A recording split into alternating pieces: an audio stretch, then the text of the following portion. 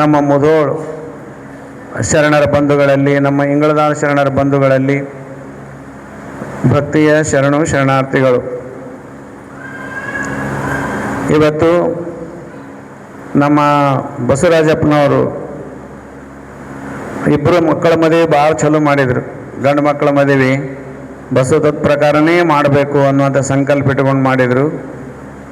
ಆದರೆ ಹೆಣ್ಣು ಮಗಳ ಮದುವೆಯನ್ನು ಬಸವ ಪ್ರಕಾರ ಮಾಡೋದು ಭಾಳ ಕಷ್ಟ ಇರ್ತೈತಿ. ಗಂಡು ಮಕ್ಕಳು ಗಂಡ ಮನೆಯವ್ರು ಹೆಂಗೆ ಮಾಡ್ತಾರೆ ಹಂಗೆ ಮಾಡ್ಕೊತಾರೆ. ಆದರೆ ಹೆಣ್ಣು ಮಕ್ಕಳು ಈಗ ಕೊಡಕತ್ತಾರೆ. ಈಗ ಅವ್ರ ಮನೆಯವ್ರು ಹೆಂಗೆ ಮಾಡೋ ಹಂಗೆ ಮಾಡಬೇಕು.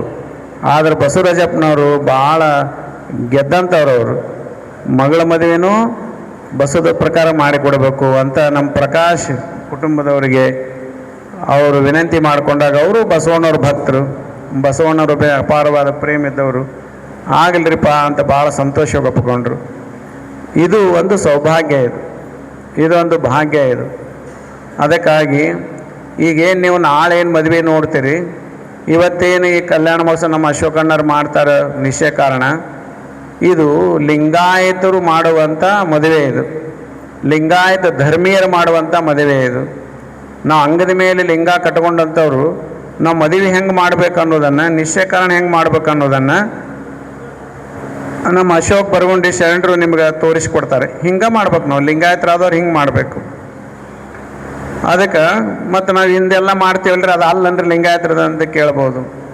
ಅದು ಈಗ ಏನು ನಮ್ಮ ಅಶೋಕಣ್ಣರು ಮಾಡ್ತಾರೆ ಈಗ, ಅದು 12ನೇ ಶತಮಾನದಲ್ಲಿ ಬಸವಣ್ಣವರು, ಅಲ್ಲಂಪ್ರಭುದೇವರು, ಅಕ್ಕಮಹಾದೇವಿಯವರು, ಚನ್ನಬಸವಣ್ಣವರು, ಸಿದ್ದರಾಮೇಶ್ವರು, ಗುಡ್ಡಾಪುರದ ಆನಮ್ಮನವರು, ಇಂಥ ಎಲ್ಲ ಮಹಾಶರಣರು ತಪಸ್ವಿಗಳೆಲ್ಲ ಸೇರಿಕೊಂಡು ಅಂಗದ ಮೇಲೆ ಲಿಂಗ ಕಟ್ಕೊಂಡಂಥವ್ರು ನಮ್ಮ ಮಕ್ಕಳ ಮದುವೆಯನ್ನು ಹೆಂಗೆ ಮಾಡಬೇಕು ಅನ್ನೋದನ್ನು ಅನುಭವ ಮಂಟಪದಲ್ಲಿ ಬರೆದಿಟ್ರದನ್ನು.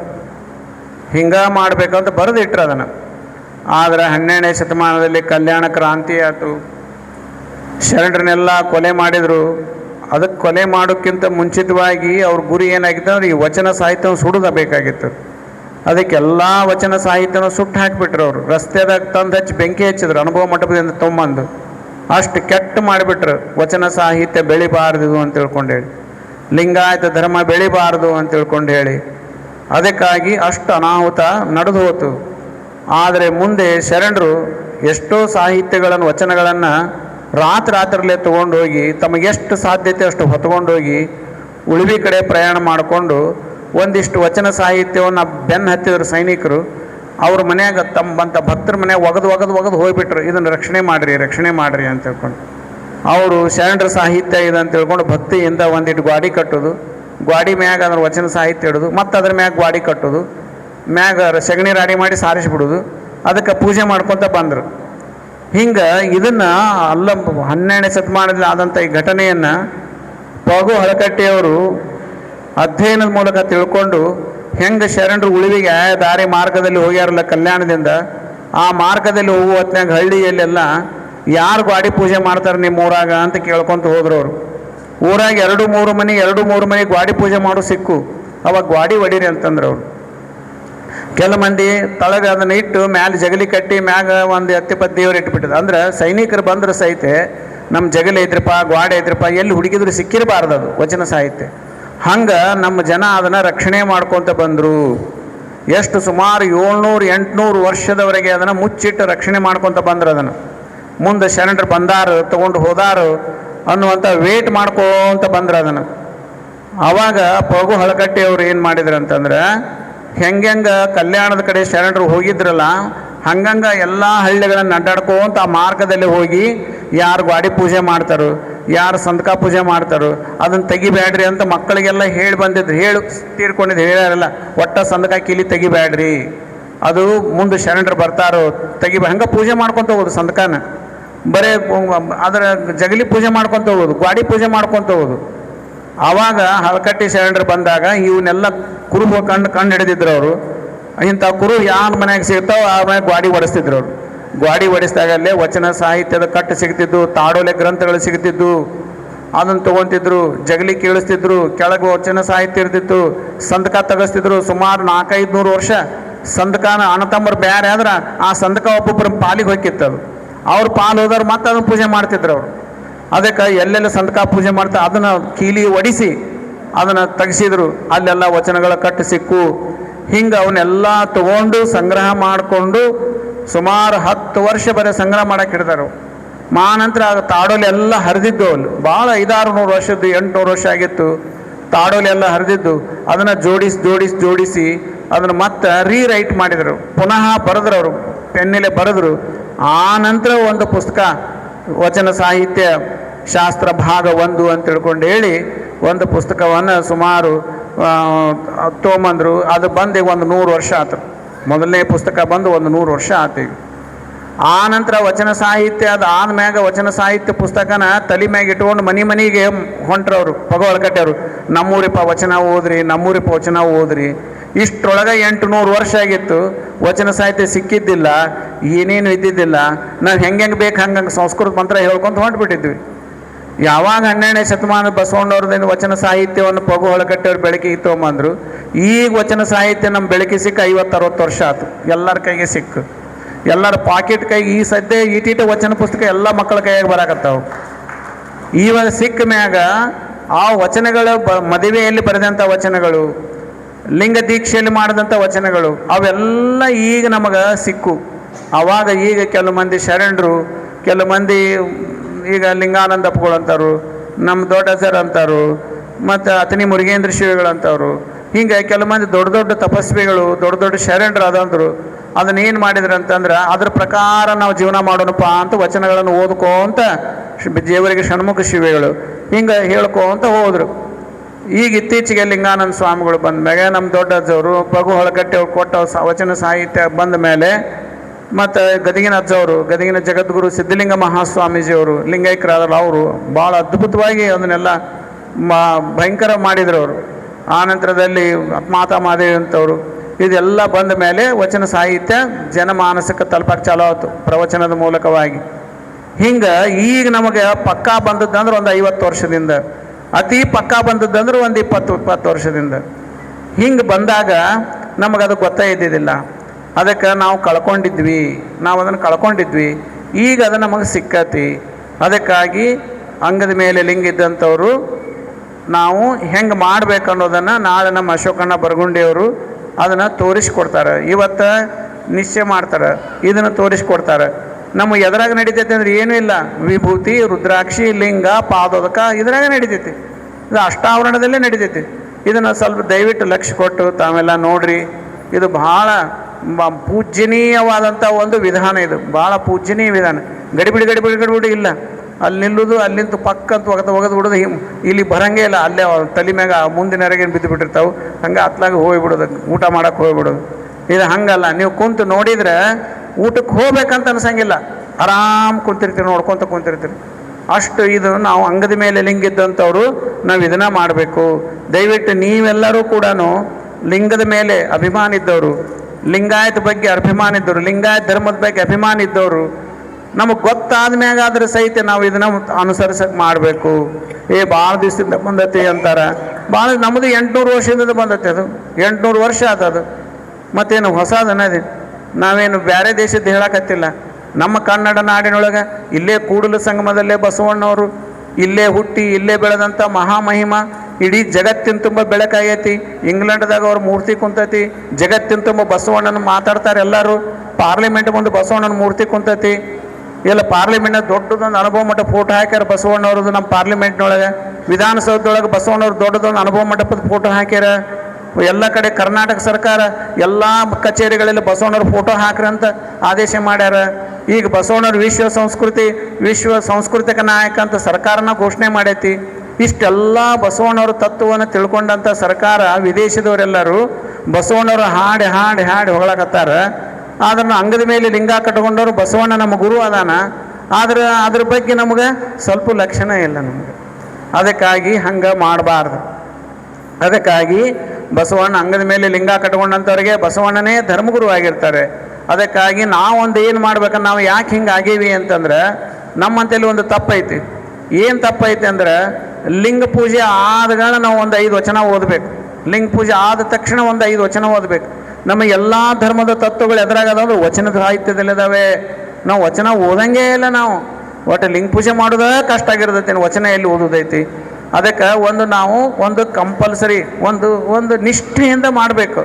ಏನಂತಂದ್ರೆ ಊಟ ಆದ್ಮೇಲೆ ಹೆಂಗೆ ನೀರು ಕುಡಿತೇವೆ, ಊಟ ಆದ್ಮೇಲೆ ಹೆಂಗೆ ನೀರು ಕುಡಿತೇವೆ, ಹಂಗೆ ಲಿಂಗ ಪೂಜೆ ಆದ ತಕ್ಷಣ ಒಂದು 5 ವಚನ ಓದಬೇಕು. ಈಗೇನು ಬೇಕಾದಷ್ಟು ವಚನ ಪುಸ್ತಕಗಳು, ಒಂದಿಷ್ಟು ವಚನ ಪುಸ್ತಕ ಜಗಲಿ ಮ್ಯಾಗೆ ಇಟ್ಬಿಡ್ಬೇಕು, ಜಗಲಿ ಮ್ಯಾಗೆ ಇಡ್ಬೇಕು. ಅದನ್ನು ಇಟ್ಟು ಲಿಂಗ ಪೂಜೆ ಆದ ತಕ್ಷಣ ಒಂದು 5 ವಚನ ಓದಬೇಕು, 5 ವಚನ ಹಿಂಗೆ ಓದುವಂಥ ಅಭ್ಯಾಸ ಆಗಬೇಕು. ಮಧ್ಯಾಹ್ನದಾಗ ಕುಂತಿರ್ತೀರಿ, ತಾಯಿಗಳೆಲ್ಲ ಕೆಲಸ ಮಾಡ್ಕೊಂಡು ಕುಂತಿರ್ತೀರಿ, ಆ ಹೊತ್ನಾಗ ಒಂದು 4 ವಚನ ಓದ್ರಿ. ಸಾಯಂಕಾಲಕ್ಕೆ ಎಲ್ಲರೂ ಊಟಕ್ಕೆ ಕುಂತಿರ್ತೀರಿ, ಆ ಹೊತ್ನಾಗ ಒಂದು 4 ವಚನ ಓದ್ರಿ. ಹಿಂಗೆ ದಿನಾಟಟ ವಚನಗಳನ್ನು ಓದುವಂಥ ಅಭ್ಯಾಸ ಆತಂದ್ರೆ ನಮಗೆ ಅದ್ರಾಗ ತಿಳಿತೈತಿ. ಯಾವಾಗ ನಮಗೆ ತಿಳಿಯಕ್ಕೆ ಚಾಲು ಆಕೈತಿ ಅವಾಗ ನಮ್ಗೆ ಗಟ್ಟಿ ಹಾಕೋ ಅಂತ ಹೊಕ್ಕೇವಿ. ಅದಕ್ಕಾಗಿ ನಮ್ದು ಏನನ್ನು ತಿಳಿಬೇಕಾತಂದ್ರೆ ನಾವು ಹೆಂಗೆ ಕನ್ನಡಿ ನೋಡ್ತೇವೆ ಹಂಗೆ ನಮ್ದು ಏನನ್ನು ತಿಳಿಬೇಕಾಗಿತ್ತು ನಾವು ವಚನ ಓದಬೇಕು. ಅದಕ್ಕಾಗಿ ವಚನ ಅದು ನಮ್ಮ ಧರ್ಮವನ್ನು ತಿಳಿಸ್ತತಿ, ನಮ್ಮ ವ್ಯಕ್ತಿತ್ವವನ್ನು ತಿಳಿಸ್ತತಿ, ನಮ್ಮ ಸಾಧನೆಯನ್ನು ತಿಳಿಸ್ತತಿ. ಅದಕ್ಕಾಗಿ ಅಂಥ ವಚನಗಳನ್ನು ಬಸವಣ್ಣವ್ರ ವಚನ, ಅಲ್ಲಂಪುರ ವಚನ, ಅಕ್ಕಮಹಾದೇವಿ ವಚನ ಓದ್ರಿ. ಹುಟ್ಟಿ ಬಂದೇವಿ ಅಂದ್ಮ್ಯಾಗ ಒಮ್ಮೆ ಆದರೂ ಬಸವಣ್ಣವ್ರ ವಚನ ಓದಬೇಕು. ಹುಟ್ಟಿ ಬಂದೇವಿ ಒಮ್ಮೆ ಆದರೂ ಅಕ್ಕಮಹಾದೇವಿ, ಎಂಥ ಮಹಾಜ್ಞಾನ ಐತಿ, ಭಯಂಕರ ಮಹಾಜ್ಞಾನ ಅಕ್ಕಮಹಾದೇವಿ ವಚನದಲ್ಲಿ. ಅದಕ್ಕಾಗಿ ತಾವೆಲ್ಲರೂ ಏನೈತಲ್ಲ, ನಾವೆಲ್ಲರೂ, ನೀವೆಲ್ಲ ಅಷ್ಟು, ನಾವು ಅದ್ರಾಗ ನಿಮ್ಮದ್ರಾಗ ಬರ್ತೀವಿ ನಾವು ಎಲ್ಲ. ಅದಕ್ಕಾಗಿ ನಾವೆಲ್ಲರೂ ಏನು ಮಾಡ್ಬೇಕಂದ್ರೆ ಮಕ್ಕಳಿಗೆ ಮೊದಲು ಲಿಂಗ ಕಟ್ಟಬೇಕು. ಮಕ್ಕಳಿಗೆ ಲಿಂಗ ಕಟ್ಟಿ ಹಣೆ ಮ್ಯಾಗ ವಿಭೂತಿ ಹಚ್ಚಿ ಆನಂತರ ಲಿಂಗ ಪೂಜೆ ಮಾಡ್ಸಕ್ಕೆ ಕಲಿಸ್ಬೇಕು. 1 ನಿಮಿಷ ಮಾಡೋಲ್ರಕ್ಕರು. ಆನಂತರ 1 ವಚನ ಅನ್ನಿಸ್ಬೇಕು, 1 ವಚನ ಅನ್ನಿಸ್ರಿ, 2 ವಚನ ಅನ್ನಿಸ್ರಿ. ಈ ಸಂಸ್ಕಾರವನ್ನು ಮಾಡ್ಕೊಂತ ಹೋಗ್ಬೇಕು. ಆ ಲಿಂಗ ಪೂಜೆಯಿಂದ ಏನಾಗತ್ತೆ, ಮನುಷ್ಯನಲ್ಲಿ ಕರುಣೆ ಬರ್ತೈತಿ. ಮನುಷ್ಯನಲ್ಲಿ ಲಿಂಗ ಪೂಜೆಯ ಫಲ ಏನಂತಂದ್ರೆ ಕರುಣಾಭಾವ ಬರ್ತೈತಿ, ಭಾಳ ದಯಾಭಾವ ಬರ್ತೈತಿ. ಆ ದಯಾಭಾವ ಏನಾಕತ್ತಲ್ಲ, ಎಲ್ಲರನ್ನೂ ಭಾಳ ಪ್ರೀತಿಯಿಂದ ನೋಡುವಂಗಾಕತಿ. ಮನೆ ತಂದೆ ತಾಯಿಯನ್ನು ದೇವ್ರಂಗೆ ನೋಡ್ಕೊತಾನೆ.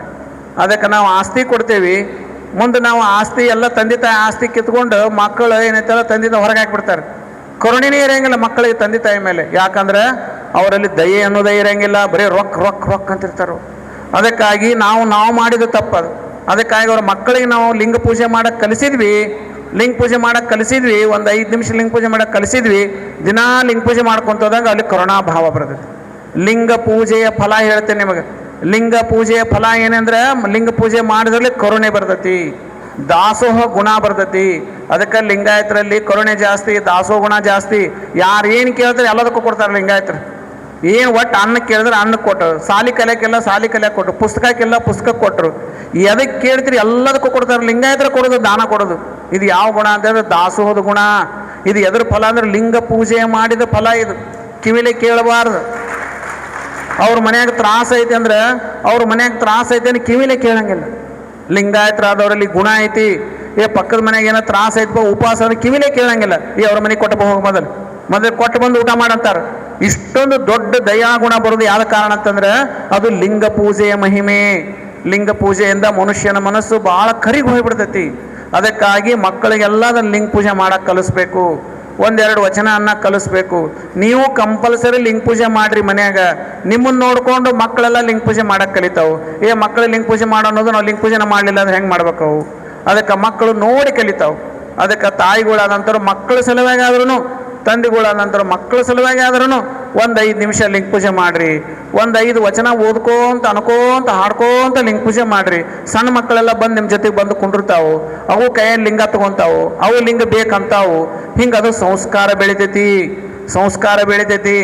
ಅದಕ್ಕಾಗಿ ಹಂಗೆ ಅಂಗದ ಮೇಲೆ ಲಿಂಗಾಯತರಾದಂಥವ್ರು ನಾವು ಲಿಂಗ ಪೂಜೆಯನ್ನು ಮಾಡೋದು ಬಿಡಬಾರ್ದು. ಅದಕ್ಕಾಗಿ ಯಾರ ಕೊಳ್ಳ ಲಿಂಗ ಇಲ್ಲ, ದಯವಿಟ್ಟು ಎಲ್ಲರ ಕೊಳ್ಳ ಲಿಂಗ ಕಟ್ಕೊಡ್ರಿ, ಲಿಂಗ ಪೂಜೆ ಮಾಡಿರಿ. ಅದಕ್ಕೆ ಲಿಂಗಕ್ಕೆ ನಮಗೆ ಜಾತಿ ಇಲ್ಲ, ಎಲ್ಲ ಜಾತಿಯವರು ಲಿಂಗ ಕಟ್ಬೋದು. ನಮಗೆ ಒಟ್ಟು ಲಿಂಗಾಯತ ಧರ್ಮಕ್ಕೆ ಜಾತಿ ಅನ್ನೋದೇ ಇಲ್ಲ. ಈ ಜಾತಿ ಎಲ್ಲ ವೃತ್ತಿ ಮ್ಯಾಗ ಬಂದವು, ಮಾಡುವಂಥ ಕಾಯಕದ ಮೇಲೆ ಬಂದವು.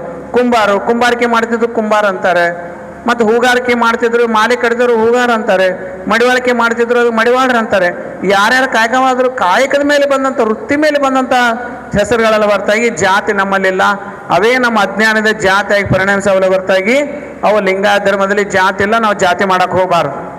ಅದಕ್ಕಾಗಿ ಇವತ್ತು ಇದನ್ನು ಸರಿಯಾಗಿ ನಾವು ಅರ್ಥ ಮಾಡಿಕೊಂಡು ಅಂಗದ ಮೇಲೆ ಲಿಂಗ ಕಟ್ಕೊಂಡು ಲಿಂಗ ಪೂಜೆ ಮಾಡಿಕೊಂಡು ವಚನಗಳನ್ನು ಓದುವಂಥ ಪರಿಪಾಠವನ್ನು ನಾವು ಬೆಳೆಸಿದ್ವಿ ಅಂದ್ರೆ ಮನಸ್ಸು ಬೆಳಿತೈತಿ, ಮನಸ್ಸಿನ ದ್ವೇಷಾಸಿ ಹೋಗತಿ, ಮನಸ್ಸು ವಿಶಾಲವಾಗಿ ಬೆಳಿತೈತಿ. ಅದ್ರ ಜೊತೆಗೆ ಮನುಷ್ಯನ ವ್ಯಕ್ತಿತ್ವನೂ ಬೆಳಿತೈತಿ. ಅದಕ್ಕಾಗಿ ಇವತ್ತಿನ ದಿವಸ ನಮ್ಮ ನಾಳೆ ಮತ್ತೆ ಮದುವೆ ಐತಿ. ಮತ್ತು ಕಲ್ಯಾಣ ಮಹೋತ್ಸವ ಐತಿ ನಮ್ಮ ಈಗ ಮತ್ತು ನಿಶ್ಚಯ ಕಾರಣನೂ ಈಗ ನೋಡ್ರಿ ಆನಂದವಾಗಿ ನೋಡ್ರಿ. ಮತ್ತು ನಾಳೆ ಕಲ್ಯಾಣ ಮಹೋತ್ಸವನೂ ನೋಡ್ರಿ. ಭಾಳ ಆನಂದವಾಗಿ ಕಲ್ಯಾಣ ಮಹೋತ್ಸವ ಎಷ್ಟು ಸಾಧ್ಯ ಐತೆ ಅಷ್ಟು ನೀವು ಮುಂಜಾನೆ 10 ಗಂಟೆ ಎಷ್ಟೊತ್ತಿಗೆ ಮಾಡ್ತೀರಿ ಸರ್ ಕಲ್ಯಾಣ ಮಹೋತ್ಸವ? ಒಮ್ಮೆ ಮಾಡ್ತೀರಿ ಅಂದ್ರೆ ಎಲ್ಲ ಸೇರಿ ಒಮ್ಮೆ? ಹಾಂ, ಶಿವಯೋಗ ಆದ್ಮ್ಯಾಗ ಹಾಂ, ಒಟ್ಟು ಎಲ್ಲ ವಿಧಿವಿಧಾನ ಎಲ್ಲ. ಹಾಂ ಸರ್, ಎಲ್ಲ ವಿಧಿವಿಧಾನ ಲಗ್ನಕ್ಕೆ ಬಂದಂಗೆ ಬರಕ್ಕೆ ಹೋಗಬೇಡ್ರಿ ನೀವು. ನಮ್ಮ ಧರ್ಮದ್ದು ನಮಗೆ ಗೊತ್ತಿರೋಂಗಿಲ್ಲ. ನಾವು ಹೆಂಗೆ ಇದು ನೋಡಬೇಕು ಅನ್ನೋಂಥ ಕುತೂಹಲ ಇರಬೇಕು ನಿಮಗೆ. ಅದಕ್ಕೆ ಕರೆಕ್ಟ್ 11ವರೆಗೆ ವಿಧಿವಿಧಾನಗಳು ಪ್ರಾರಂಭಕ್ಕವ. ಅದ್ರಾಗ 12 ಅಂತ ಬರ್ದಾರ, 12 ಅಂತ ತಿಳ್ಕೊಳಕ್ಕೆ ಹೋಗಬೇಡ್ರಿ. 11ವರೆಗೆ ನಮ್ಮ ಅಶೋಕಣ್ಣರು ತಯಾರು ಮಾಡ್ತಾರೆ. 11ವರೆಗೆ ವಿಧಿವಿಧಾನ ಸ್ಟಾರ್ಟಿಂಗ್ ಅಲ್ಲಿಂದ. ಅದಕ್ಕೆ ನೀವೆಲ್ಲರೂ ಏನೈತಿಲ್ಲ ಇದು ಎಲ್ಲ ಕಡೆ ಸಿಗಂಗಿಲ್ಲ ಇದು. ಅದಕ್ಕಾಗಿ ನೀವೆಲ್ಲರೂ 11ವರೆ ಒಳಗೆ ಬರ್ರಿ. ಎಲ್ಲರೂ ಏನು ಅಂತ ದೌಡ್ ಬಂದ್ರೆ ಏನಾಗಂಗಿಲ್ಲ. ಕುತ್ಕೊಂಡು ಆರಾಮಾಗಿ ಕುತ್ಕೊಂಡು ಒಂದಿಡದ ಸ್ಟೆಪ್ ಬೈ ಸ್ಟೆಪ್ ಎಲ್ಲ ನೋಡ್ರಿ. ಅದಕ್ಕೆ ನಾಳೆ ನಿಮ್ಮ ಮಕ್ಕಳ ಮದುವೆನೂ ನಿಮ್ಮ ಮನೆಯ ಮದುವೆನೂ ನಾನೇನು ಲಿಂಗಾಯತ ನಮ್ಮ ಧರ್ಮದ ಪ್ರಕಾರ ಮಾಡಿರಿ ಅಂತ ಹೇಳ್ಕೊತೇನೆ. ನಾನೀಗ ಲಿಂಗದ ಮೇಲೆ ಲಿಂಗ ಕಟ್ಕೊಂಡಂಥವ್ರು ಅಂತ ನಮ್ಮ ಧರ್ಮ ಪ್ರಕಾರ ಮಾಡಿರಿ, ತಪ್ಪೇನೈತಿ? ಅದಕ್ಕಾಗಿ ಹಂಗೆ ಮಾಡಿರಿ ಅನ್ನೋದಕ್ಕಾಗಿ ತಾವೆಲ್ಲ ನೋಡಿದ್ರಿ ಅಂದ್ರೆ ತಮಗೊಂದು ಸ್ವಲ್ಪ ಕನ್ವಿನ್ಸ್ ಹಾಕಿರಿ. ಅದಕ್ಕಾಗಿ ಹಿಂಗೆ ಮಾಡಿರಿ ಅಂತ ತಮ್ಮಲ್ಲಿ ವಿನಂತಿಯನ್ನು ಮಾಡಿಕೊಂಡು ಈ ಮಾತು ಮುಗಿಸ್ತೇನೆ. ನಾಳೆ ಮತ್ತೆ ಕಲ್ಯಾಣ ಮಹೋತ್ಸವ ಐತಿ, ತಮ್ಮಲ್ಲಿ ವಿನಂತಿ ಮಾಡಿಕೊಂಡು ಈ ಮಾತು ಮುಗಿಸ್ತೇನೆ. ಶರಣಾರ್ಥಿ.